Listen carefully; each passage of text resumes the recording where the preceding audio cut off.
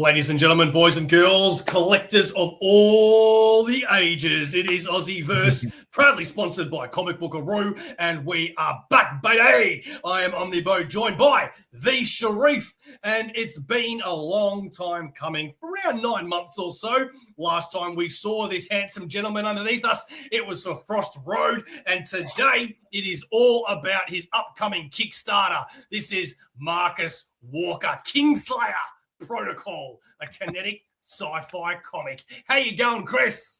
I'm doing good, gentlemen. This is awesome. I love the energy coming out. And for you to say I'm the nice looking guy, I had to bring out my long hair to compete with you. So I was like, this is the one time where I'm gonna let the locks flow, you know?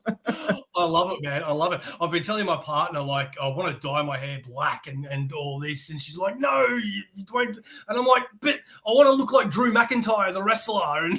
And now I see you and I'm like, man, long black hair just looks cool. Thank you very much, Claudia, for being here. James, thank you oh so much as well. That reminds me, we need to say g'day to our for-lifers. These are our people that do contribute to Aussieverse each and every month by spending just $1 or $2, gets them into the social media chats and also onto the show and a few other perks. If you want to do it, please feel free to click the link and join today. Otherwise, if you don't want to spend a cent, the best way to support Aussieverse is just by subscribing to the channel and liking the videos. Enough of the plug-in. Let's get down to some loving. Chris, what's going on with this Kickstarter? Tell us all about it. Well, should we have a look at it straight away, or do you want to give us the pitch? Let's switch it up. Let's look right at it, and I can kind of talk through it. And if you want, I don't know if you can play the video, but let me see if I can pull it up real quick. I don't know if it can. I think if you go down, there's the video you can probably play. Yep. Look, can you try playing that? That might be a cool way to just go.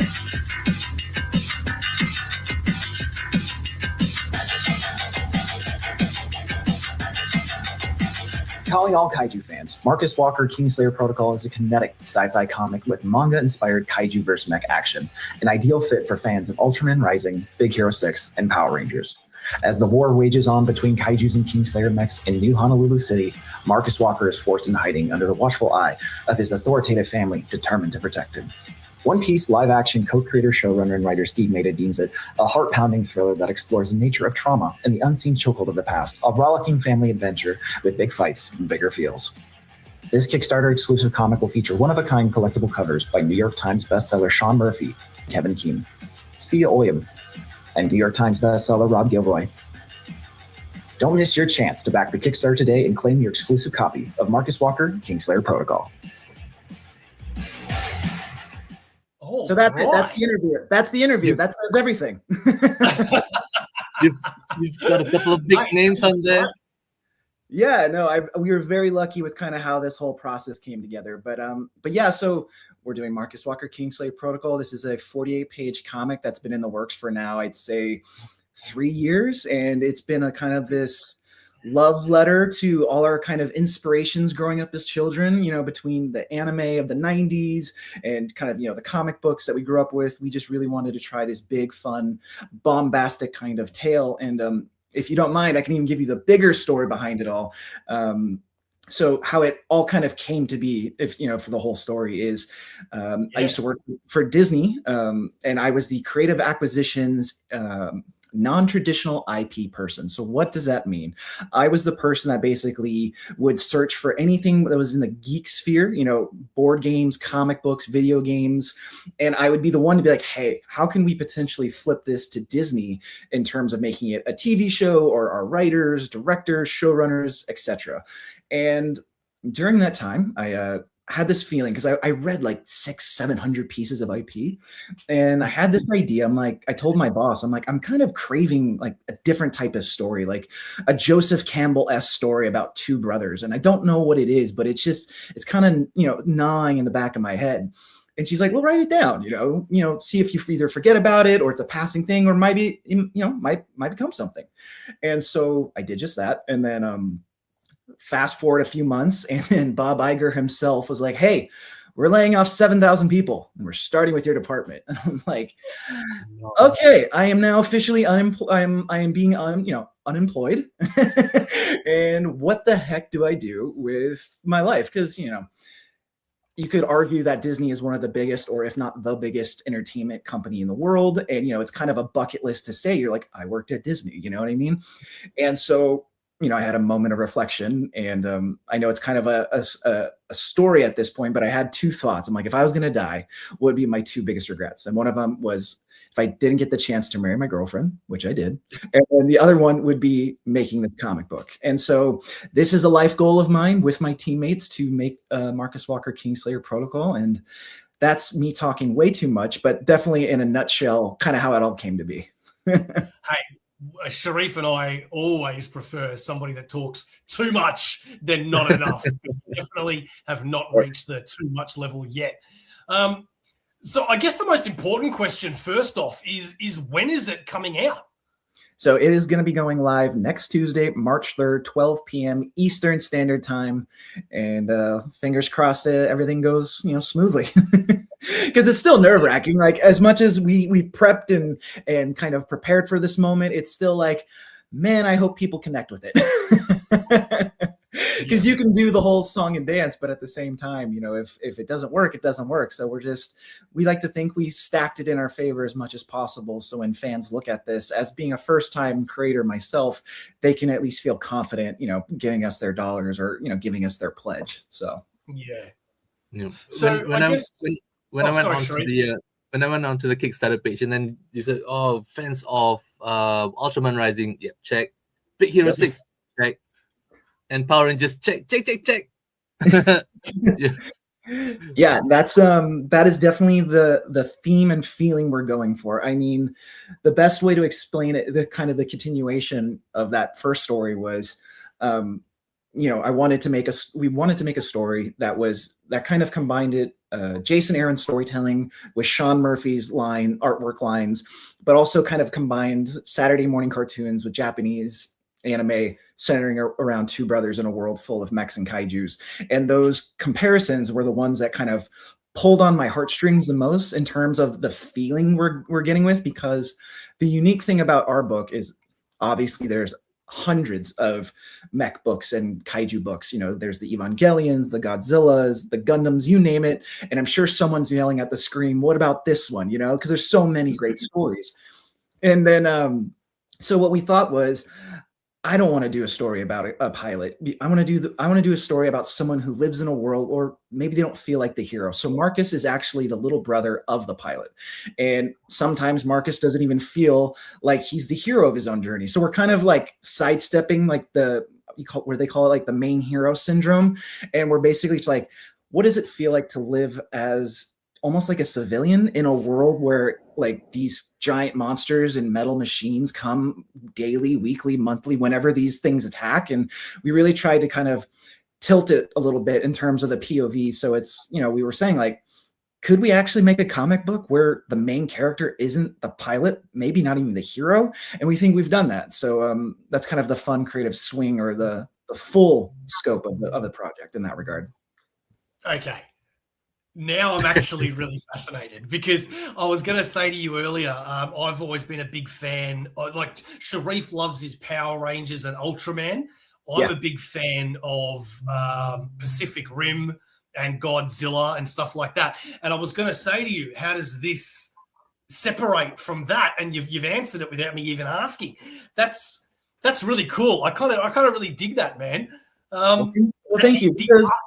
No, just because we had to think of it. Like, I mean, there's so many great stories. You just have to have somewhat of an angle. And it's like, what's the best way? It's like, what is different about our book? Obviously, Simone's art, I know you're just about to reference it, but I mean, I don't need to pitch it too much because it is amazing. You know what I mean? His art speaks for itself. But that's kind of the angle of the almost like everyday person in the world of New Honolulu City. So yeah. And I've got to admit, man, like, I'm not just being polite, but the art is actually really good. Like, I really, really like it. Who's doing the interior? Simone Ragazzoni. So he is the artist that was originally on the Power Rangers universe. He did Robotech, and he also did Dune for Boom Studios.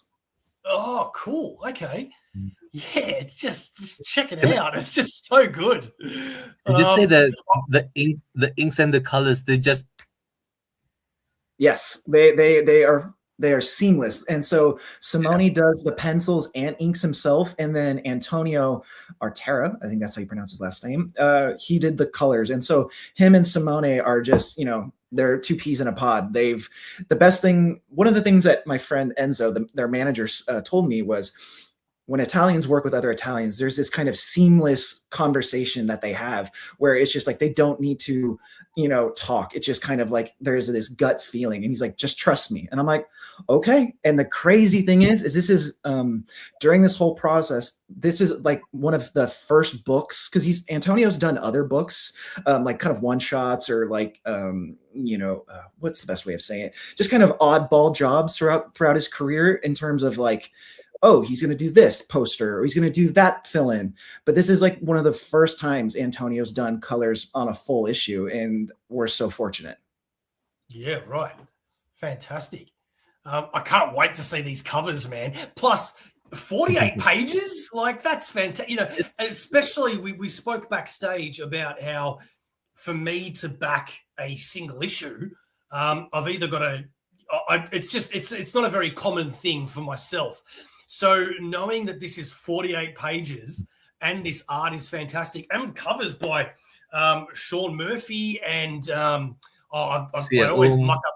Yeah, I muck up her name, but we love her. I don't know. Like, I haven't even seen the covers yet, and I don't know which one to choose.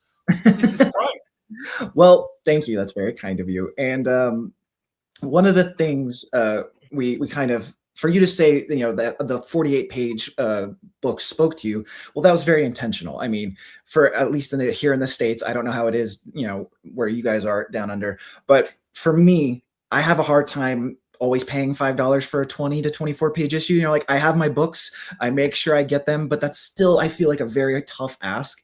And so when me and Simone decide that we were going to do this book on our own, and we were going to put everything on credit cards, it's like, okay, we have to be very smart with this, and we have to be very deliberate with what we're doing. So what means the most to us? And so we originally had kind of like a 12-issue decompressed story, and then we condensed it down to 6 issues. And we basically we're hoping, if everything goes according to plan, we're going to hopefully do 3 Kickstarters with these kind of oversized deluxe versions, because let's say if we're lucky enough to get a publisher down the road, we can then split it up into 2 issues. So it is 2 issues technically, but since it's Kickstarter, and we really wanted to make sure that we were being mindful of people's money, because I specifically remember my friends in Australia, because I think I told you last time, I used to live in Australia. I know how expensive things are. I used to live in Sydney. I used to live in Cairns. I know how crazy it can be. And I want to make sure that I'm able to provide something with my team that potentially people from anywhere in the world could potentially purchase. So again, with all that said, we try to give you a good hunk of story that could then at least kind of end on a cliffhanger that hopefully, leads into the next one. And then, you're not breaking your wallet on it either. Yeah, yeah. Well, let's have a look through this, because it's on the pre-launch page at the moment. So as you said, it's launching next week. But you do have some info here. You've got 100 followers. All backers will receive a digital copy with the physical pledge. 133 followers. All backers will receive a digital creator's commentary via audio file. That's pretty cool. And then you've got some secret stretch goals still to be revealed. Yeah, so what we thought was, how can we make this fun for people who want to support the campaign but don't really, maybe it's their first campaign, maybe they've done 1,000. How could we be just a little different? And we wanted to feel like people were, contributing to the campaign before it even launched. And so we thought of this, of like, hey, if we do get X amount of followers, we're going to reward you, and we're going to do it digitally, because again, we don't want to raise shipping prices. We don't want to raise packaging prices.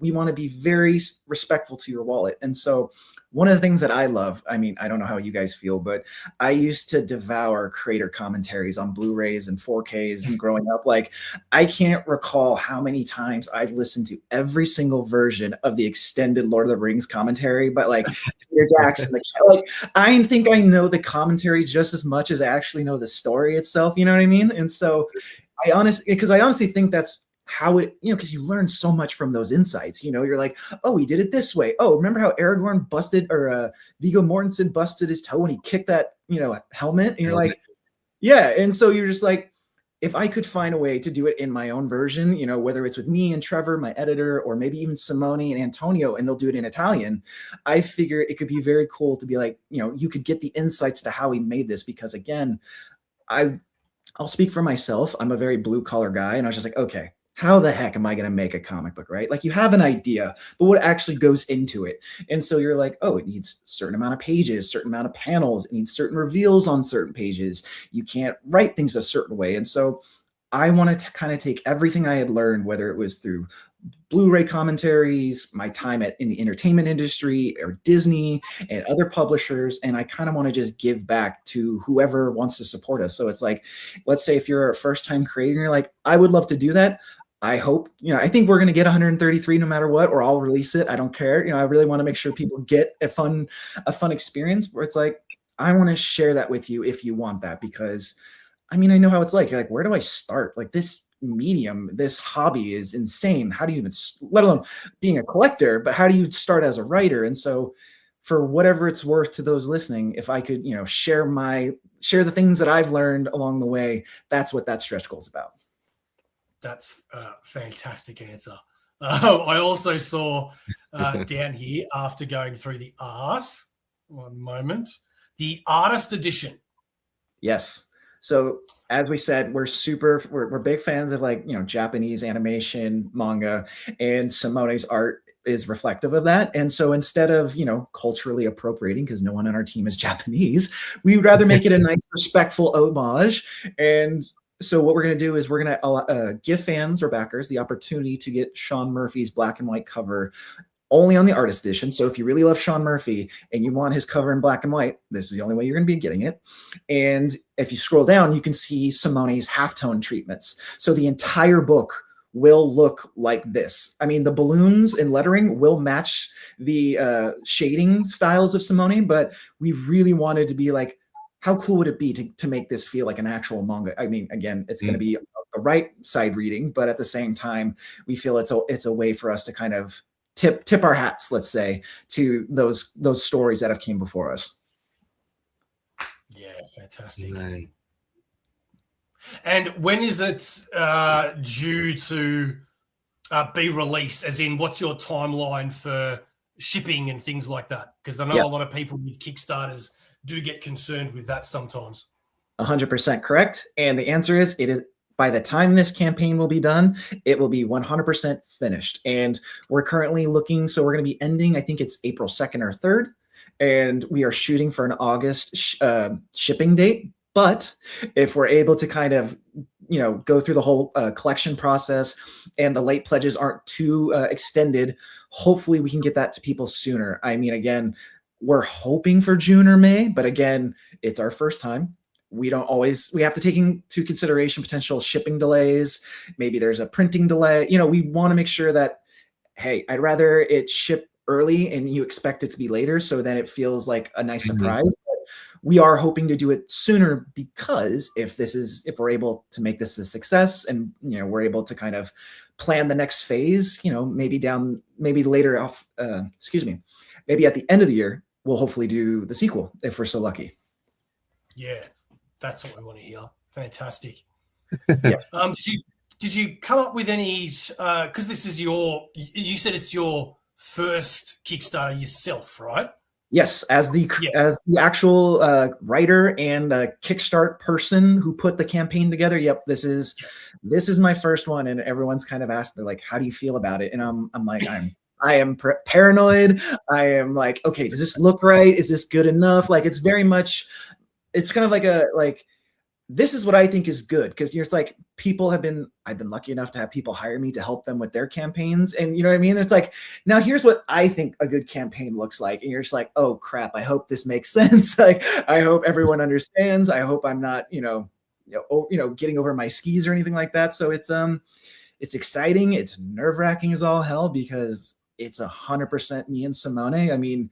The funny thing is that you saw some of the banners below, but when we were talking to Simone, we're like, hey, like, what do you want the vibe or the feeling of this book to be about? And he's like, I kind of want this like urban Asian feeling with some like hexagons. I'm like, cool, can you tell me what the hell that actually means? And he kind of like designed, you know, a back matter, which you see on some of these pages.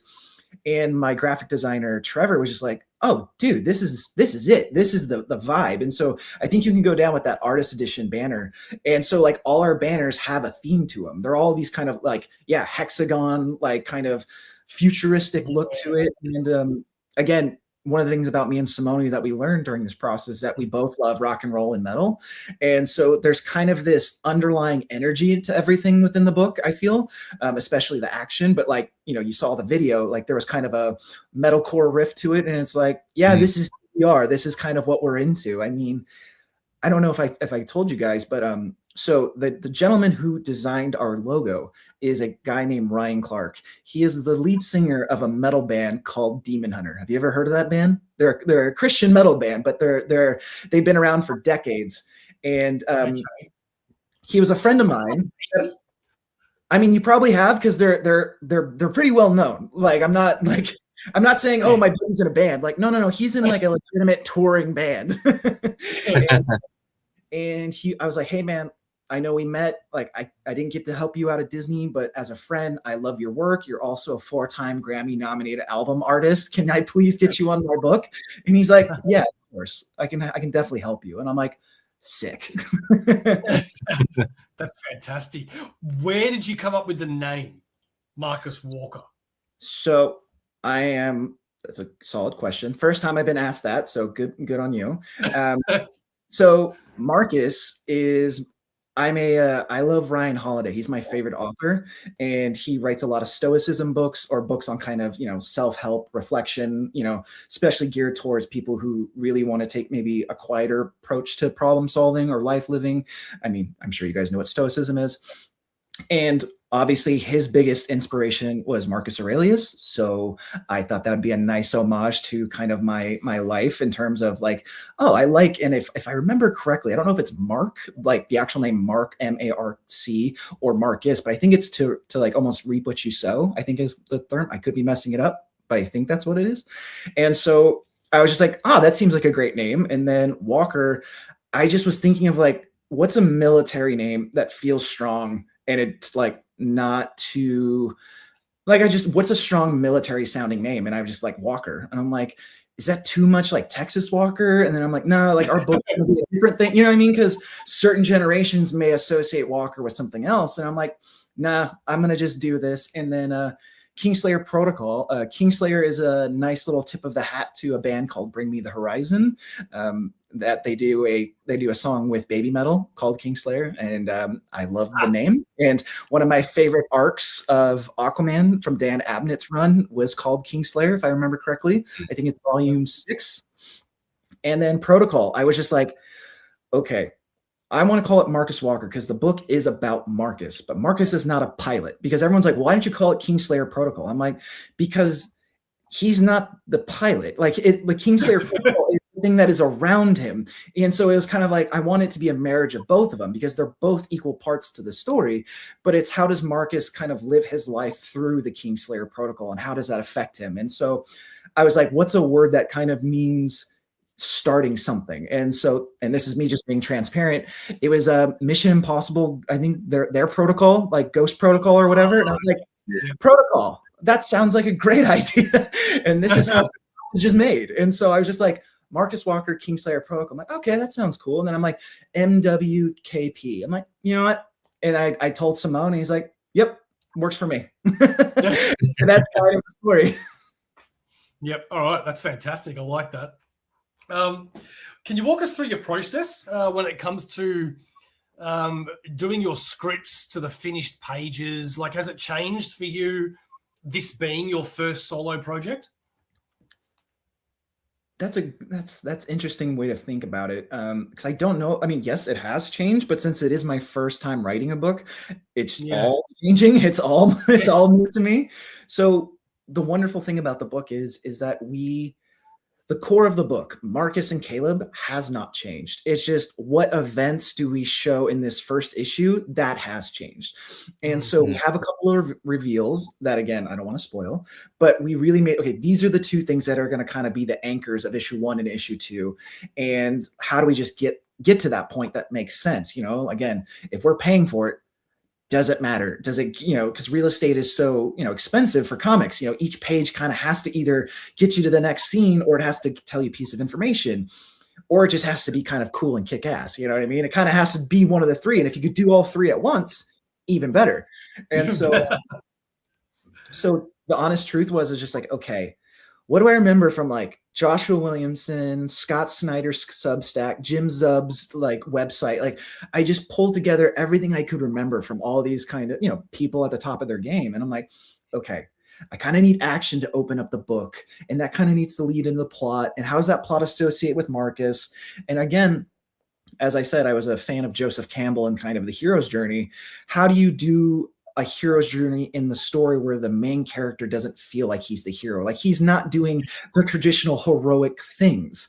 And one of the pages you saw when Marcus is at the train station, that is the first time you see Marcus in the story. And I'm not spoiling anything, but it's one of those things where in the hero's journey, you know, the would-be hero that longs for adventure in far-off land, you know what I mean? Like, they're always kind of in this idyllic state, or like this idyllic farm that they wish to leave or do something. And so we have them kind of get called to action or called to adventure. And so as you see in the book, you start at a train station and Marcus is waiting. So that's my way of being like, oh, this is him leaving his school, because he was at school, but he's coming into the story as like a Joseph Campbell-esque narrative where it's like he took the train because he's being called to action. And I know that might be super nitty-gritty and maybe obvious, but that's kind of how we took that process of like, how do we do what most people would assume it is, but kind of slightly change it a little bit. Does that make sense? Man, this so interesting. I was going to say, one of my favorite Marvel books of all time is the one that's just simply called Marvels, and it's through the eyes of the journalist and photographer, while Spider-Man and all the Marvel universe is doing their thing. So, you know, I think it's quite fascinating having a different perspective on the main universe. So I like that. Sharif. And I was just about to say, it's so interesting that you're putting all of this writing techniques and trying to hit the beats, and at the same time you're doing your world building, because you mentioned earlier you've got more stories to tell. The second part probably coming out later this year. So have you done the whole world building for the whole stretch of the story, or have you just only concentrated on this one and then we'll continue working on more for the next? Yeah, so for the three kind of Kickstarters, we can do those. Yes, those are already written. Those are like, that's the story we want to tell. And if we're able to get to that, you know, once we'll call it the first arc. If we're able and lucky enough to kind of get the arc out and people respond, we'll then assess what we're going to do, because how we end arc 1 will kind of open it up to new possibilities, let's say.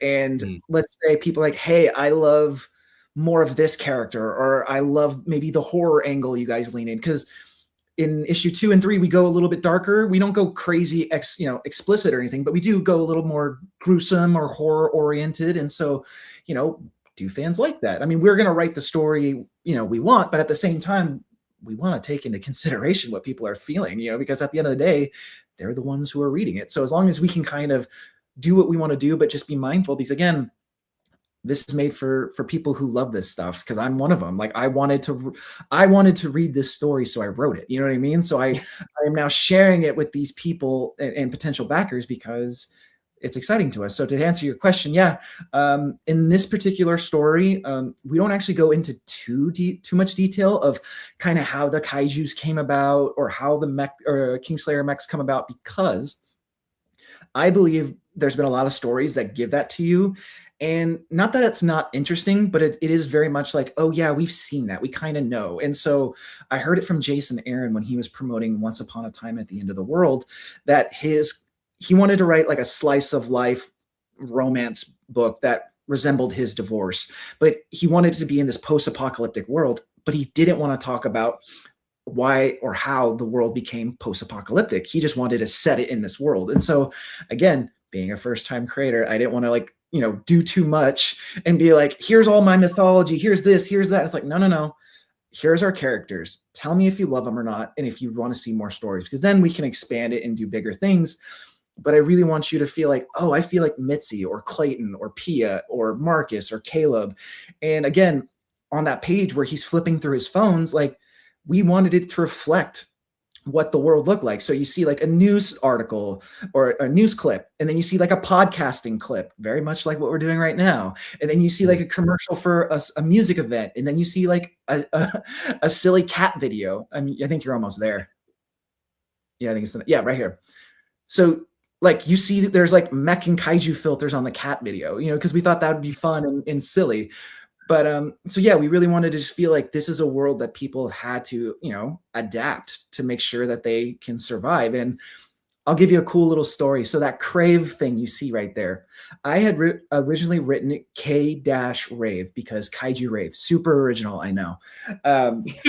But I was just like, we'll think of something later. It is what it is. And I mean, I loved going to emo night. I love going to shows. I would, go to electronic shows. It is what it is. I mean, I wear my heart on my sleeve. What can I say? And so the funny and beautiful thing was Simone just wrote Crave. He took out the hyphen. And I'm like, oh, of course. What do people do when they go out at night? They crave something. They crave, life. They want to live a life. So I'm like, we'll just call it Crave. And so that is the actual concert / DJ hall in our story. It's at the Holiday Theater. Fantastic. Ducker Half. G'day, buddy. Thank you so much. And look at that. Even gave us a super sticker. You get one of these, man. Thank you. Yeah, boy. And we'll give you one of these. Thanks for the super chat, baby. Yeah, burgers and ribs. Thank you very much, brother. Appreciate that. Fantastic. Yeah, so look, I can't wait to get your take on this and see this art physically for myself. How did you get Sean Murphy? So, I want to see how I phrase this correctly. I was lucky enough when I worked at United Talent to be in a position where I was able to connect with creators in a real way. And when Sean was doing his creator campaign for Plot Holes, I think it was on Indiegogo I think it was Indiegogo. I was a backer before I had gotten the job at UTA. And I was just like, oh, I'm excited to see when this comes out. And so it came out and I was at UTA and I'm like, hey man, how can I help you get into this world? Again, I don't want to speak, his business, but he's just like, yeah, let's have a conversation. Let's be friends. And then, we just kind of kept friendly throughout the years. And then when I told him, I'm like, hey man, I think I want to make my own comic. He kind of gave me his mentorship and, told me, hey, you should maybe think about this or watch out for this pitfall. And so I was like, how could we maybe possibly find a way for you to do a cover? And he's like, let's make a deal. Let's figure something out where, we can both feel like it's fair to the two of us. And, I'll be happy to kind of be a part of it. So truthfully, I asked very nicely and we were able to make a deal. And so, Sean's been a wonderful mentor. I mean, so to not pivot too much, but the reason why we have these covers are for our variant cover campaign tiers is they're all friends of ours, or they're all people that I have had the pleasure of meeting in my journey. So Sean and Rob, I met through my UTA Disney days. And the story I have for Rob was I was driving from Long Beach to Beverly Hills. To give you context, is about an hour and a half drive every day for work. And so I would listen to podcasts very much like this.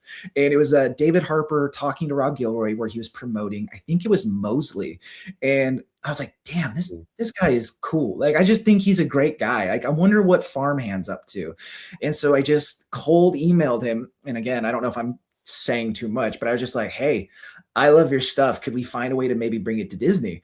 And, we tried and it didn't go out the way we hoped for. But again, similar type of situation of like, hey, I think I want to make comics. And he's like, you'll do great. Like you care about this. Most people say, oh, I'm going back to film and TV, not I want to make a career in comics.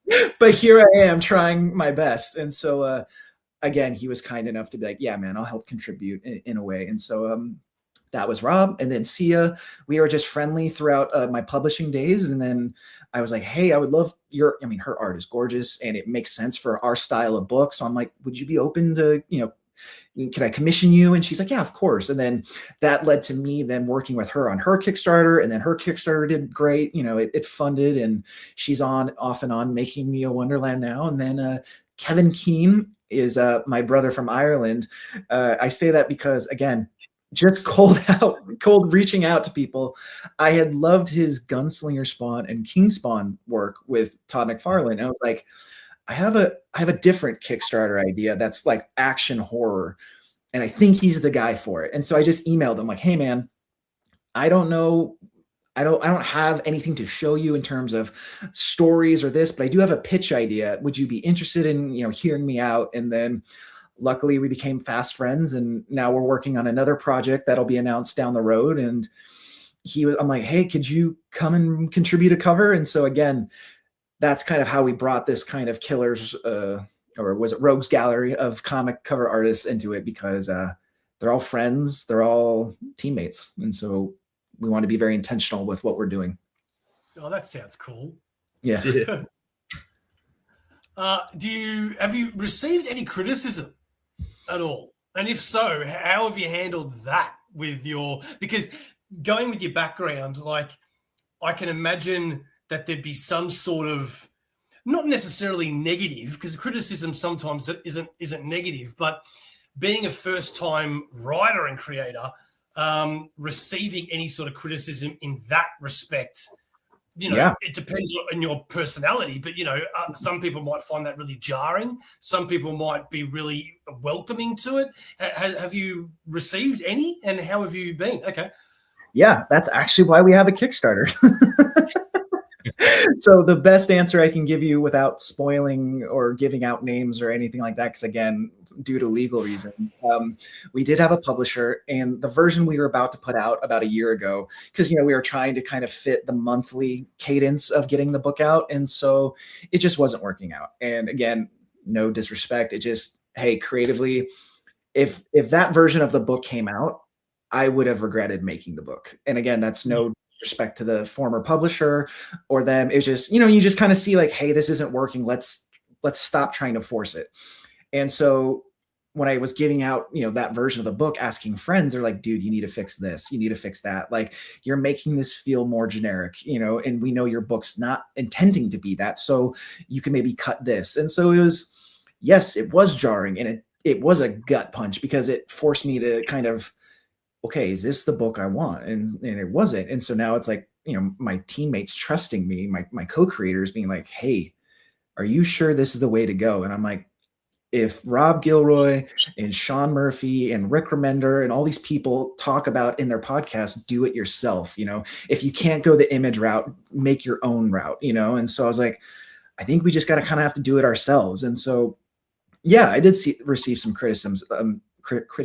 And to this day, I've said some people like, Marcus Walker's, you don't do name books. And I'm like, well, I don't want to call it like Ultra. I don't want to call it the potential, I don't want to say generic. I don't want it to be the thing you expect it to be when it comes to mech kaiju books. Like, I didn't want to do like Steel or Mecha, or like, nothing wrong with those things, but like, that just wasn't the core heart of the book. Like, the book is about Marcus, a young boy who's not a pilot. Like, that was the thing I was trying to say to people. I'm like, I would rather have this book fail and it says Marcus Walker Kingslayer Protocol than having it say, at least in this form, Kingslayer Protocol or Ultra Mega, whatever. Again, no shame to those, but that's just like, that wasn't the story we're trying to tell. Again, we're trying to go more for like that 90s-esque Disney animation meets Toonami crowd. You know what I mean? Where it's like, it has kind of this fun aesthetic, but it also has weight and meaning to these brothers. And so that was some of the criticisms I had to deal with. And so we just got to the point where I'm like, hey man, Simone, if we want to make this is what I feel in my gut is the right way to do it. And luckily he was on board. So that's why we went the Kickstarter route. Plus, I can imagine, you know, if you haven't watched this interview or if you haven't read more into the book and you only see kaiju mech, it would be very, very easy to judge the book and assume what it's going to be based on other things. So hearing all of this and seeing what it is that you actually want to do is I find quite refreshing. And it actually makes me excited to actually read the book and not just be obligated to say nice things and want to read the book. But yeah, I'm being legit. It really does sound great. Christina, great to see you. How are you? Beautiful. Well, thank you for saying that. I really appreciate it because, again, I've had some people be like, oh, your characters look too much like this or it looks too much like, I'm like, yes, you are correct. It is supposed to be he's coming from school, then he starts on his own journey. You know what I mean? Like, he does change. Like, the way Marcus looks and acts and feels, even in this first 48-page issue, he looks and acts differently because he's already gone through some stuff, you know? And again, I don't want to spoil it, but it's like, I miss kind of the comics where you feel like you're getting a full story for your money. You know, again, people can write however they want. You write the story you want to write. But for us, we really wanted to feel like people were getting their money's worth, a good hunk of story, so to speak, where, you know, you actually got story and action and a kick-ass piece of art on one page. You know, like we tried our best to do that. And so yeah, and that's kind of the mindset. Yeah, fair enough. And for people that do want to check you out more, you have your own YouTube channel, Crush Your Goals. Should we have a look at that? No, not really. Not yet. You can, again, to be completely fair, it's got old podcast videos of kind of like how I understood podcasting. So here's a fun little thing, what we can do. I know how hard it is to do what it is you guys do. I don't obviously know what it feels like to do it on a yearly consistent basis to your extent, but I did try it for about a year. And then when I was at UTA, they're like, hey, you can't talk about entertainment or comics if you're working in entertainment and comics. And I'm like, fair enough. Like, I can respect that because, you know, you have to sign NDAs and you don't want to be potentially a leaker and stuff like that. So I was like, you know what? I'll respect it. I gotten the dream job. I gone to Hollywood and broken in, so to speak. And now in hindsight, I probably should have just kept it, but whatever. And so now I'm just kind of refreshing it, making sure people, you know, if they want to come and see, I kind of have like, some of the better ones and things like that, but also like, you know, start adding video vlogs and stuff like that. Because, for example, we're going to be going to MegaCon Orlando during the campaign. We will have an ash can and hopefully maybe make some type of vlog or video thing where we're able to kind of share with people if they are inclined to follow and all that stuff. Because now I'm in that phase of being a creator where for the past 3 years, I've been so focused on creating and building and making sure this story makes sense. And now I'm kind of in the phase where I have to, you know, go out and promote and be, you know, public facing and really do that stuff. So now I'm like, okay, now we have to kind of do those things to keep people informed in a respectful manner where it's like, hey, I backed the book. What's going on? You know what I mean? Like, I want to make sure people feel like we're actively going towards a goal and towards something. So yeah, you can. I would appreciate it. Not now, but yeah, no, we're just trying to do all the things that everyone else does. You know what I mean? Without spreading ourselves too thin, because it's like, you know, you have to be on Instagram, you have to be on Blue Sky, you have to be on Threads, you have to be on TikTok, and I'm like, man, I'm just trying to do the best I can. Yeah, I hear you on that one. So basically, being a comic writer isn't just being a writer. Yeah, no, it's not just being a writer. It is. I mean, again, I have put myself in this position and I humbly accept it. It's like, I'm a marketer, I'm a promoter, I'm a writer, I'm all these kind of things. I am the PR person, you know. I am the person who has reached out to all these kind of press outlets or, you know, indie bloggers or journalists or YouTubers or podcasters like yourselves and just be like, hey, here's my here's the pitch packet. Let me know what you think. If you got any, you know, opportunities, I would love to take you up on them. And luckily I've been very fortunate where people have said yes and they've trusted me. And now I'm, you know, kind of being able to fulfill those plans, and it's wonderful. Was it a big step out of your comfort zone to do all of this stuff if you've not been doing it before? I think, I mean, yes, it's definitely getting used to this and being on camera more. I mean, you guys probably know when you first started out, you felt a little nervous, then you get comfortable. And I mean, now I've been on camera, whether it was my own YouTube thing or specifically with promoting Marcus, because I was also on camera for PCB when I was promoting Frost Road with my partner Keith, because it's his book. We were trying to word out. I felt more comfortable, but again, it was his book. I wanted the attention to be on him. But now for me to be the one to be like, hey, it's all on me. Yeah, the first couple of recordings was a little uncomfortable just because you what's your story? What's your pitch? Like, you don't want to sound too salesy. You don't want to sound too much like a robot because, I mean, sometimes people have to ask the same kinds of questions and you want to answer them as best you can without sounding too much like, it's on repeat, but also like it is the story, it is the answer. So, I mean, yeah, I mean, at first it was a little difficult, but now I'm definitely more comfortable. I mean, right now, if you would have told me we were live, I wouldn't notice. Like, you know what I mean? Like, I'm getting more and more comfortable and feeling that way. And, like if you stumble, you stumble. If you pour water on yourself, you pour water. It's like, hey, I'm being a human being. Like, it is what it is. I think we learned a long time ago, because when we did start this, I was such a perfectionist, and so much was going wrong that you know what? If you choose to go live, then you need to have the responsibility of being able to roll with those punches. Just like I say with people that put themselves on social media and all that, and then they can't handle just the weird people that are out there. You're the one that's putting yourself out there, so you've got to expect that sort of stuff. I'm sure there's people who already like, who the hell is this guy and why is he on all my comic book feeds right now? I can very easily be like, can this guy please piss off? But I mean, I get it.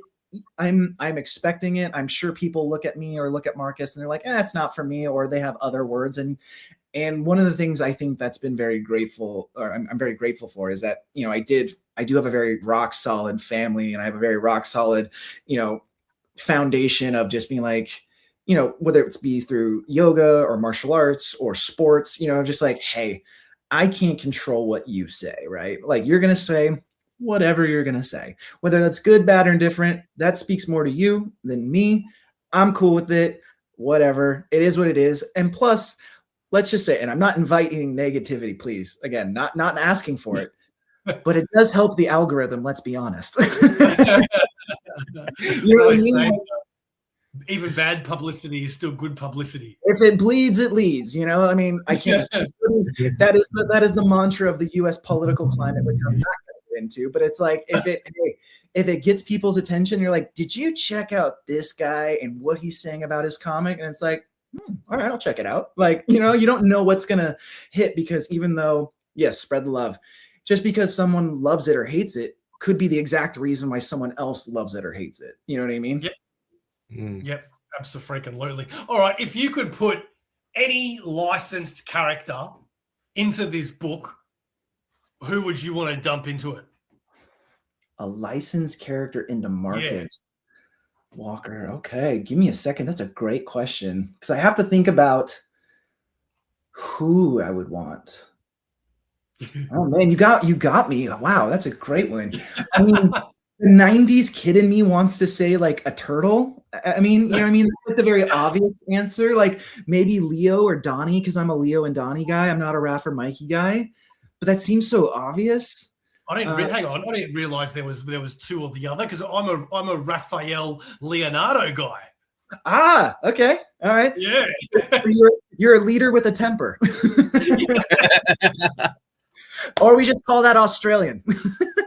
Yeah, a bit of both. I'll let Sharif confirm or deny that. But yeah, I think turtles are a good answer. I like that. Yeah, no, I want to give a better one, because I want to give a more honest one. I don't know how this character would fit into the world, truthfully, because it's two different time periods. But I think the honest answer would be Lord Baltimore from Mike Mignola's Baltimore run, because I know people love Hellboy, Rightfully so. Hellboy is top tier comic book making. We love the movies. We love that. But if I'm being honest, I prefer Baltimore because of that story and what he created. Are you familiar with Lord Baltimore by chance? I know of it, but I haven't read that. Right. No. So I'll give you the quick pitch if I remember it correctly. Basically, he's this guy who's in war, and during the time of war, he his brigade gets slaughtered, and then he wakes up in a pile of bodies, and it's a vampire, like a giant vampire bat. And he defends himself, he cuts it, and the bat's like, I'm gonna just wreak havoc on your life. And he's like, yeah, whatever. The bat goes away, and this bat character torments Baltimore as he's recovering. And so then Baltimore goes home. Spoiler, wait for it. When he gets home, he sees that the vampire had actually turned his wife into an undead vampire. And so he swears revenge on the Red King, if I remember correctly, he's like, I'm going to kill you for killing my wife. And I'm a sucker for a good revenge tale, especially like a schmaltzy romance one too. You know what I mean? So I'm like, perfect. He is just kind of, because he's everything about Hellboy, but he's just kind of this one-legged sailor, like smokes cigarettes. Like he kind of reminds me of Thomas Shelby from Peaky Blinders a little bit, just like, ugh. But he's a hero, you know what I mean? He's a good guy. So yeah, I don't know how that would work, but I would probably say Lord Baltimore. All right, that was an interesting answer. I liked that. Well, you gave me an interesting question, and I didn't want to give you like the safe answer. So let's have a word from our sponsor, Comic Bookaroo, and then we'll be back to wrap this up with Chris. Comic Bookaroo, proud sponsors of Aussieverse for all your comic book needs. Graphic novels, hardcovers, omnibuses, single issues. Don't forget to pre-order every Sunday at Comic Bookaroo.